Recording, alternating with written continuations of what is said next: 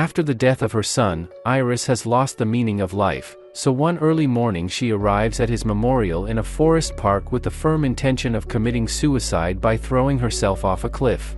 She is dissuaded from this step by a charming stranger named Richard, but, as it turns out, only because he wants to kill her himself.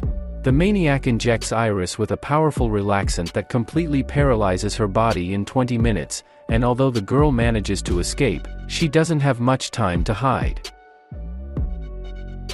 Stories about women who find themselves in dangerous situations where their freedom of action is artificially restricted have long ago developed into almost a separate genre.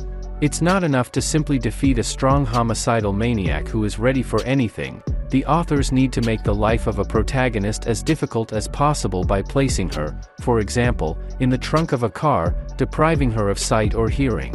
Don't Move flies into this trend by swinging the door open with its foot. It has a really cool concept that's easy to fit into a couple sentences in a way that would make any movie producer see a lot of potential in the idea.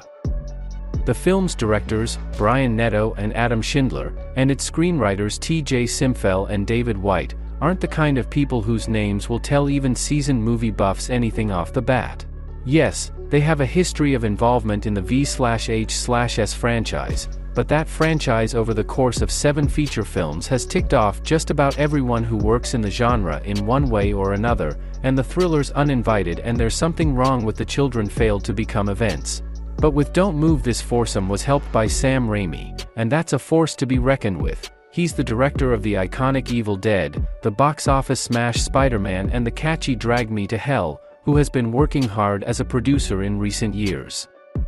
What they made, on the one hand, seems to play fair with the promised plot, but on the other hand, while watching it, you can't help but get the feeling that Raimi himself, had he taken the director's chair of this movie in his best years, would have made the whole thing much more interesting, subtler, and sharper. Yes, it's not just a straightforward thriller. The main character has a dramatic arc, which is spelled out boldly, clearly, and voluminously. A woman who has lost the will to live, regains it by finding an extreme way to release the pain that has been accumulating in her.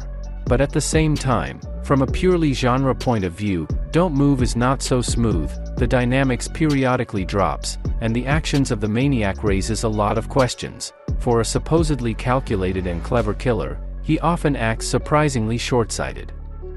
However, with its main task to captivate for an hour and a half, Don't Move copes well.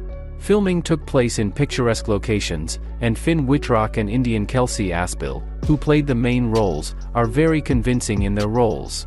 However, here it would be right to mention one more thing, which already relates to the movie itself only indirectly.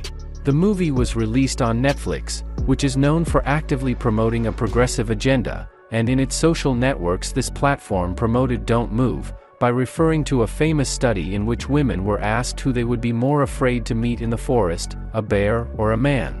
While one could certainly say that films like Don't Move are just a reaction to such social attitudes, it could be the other way around. It is because of such films, in which charming white men, who are caring and involved on first sight, end up being scumbags, that women in such studies choose the bear.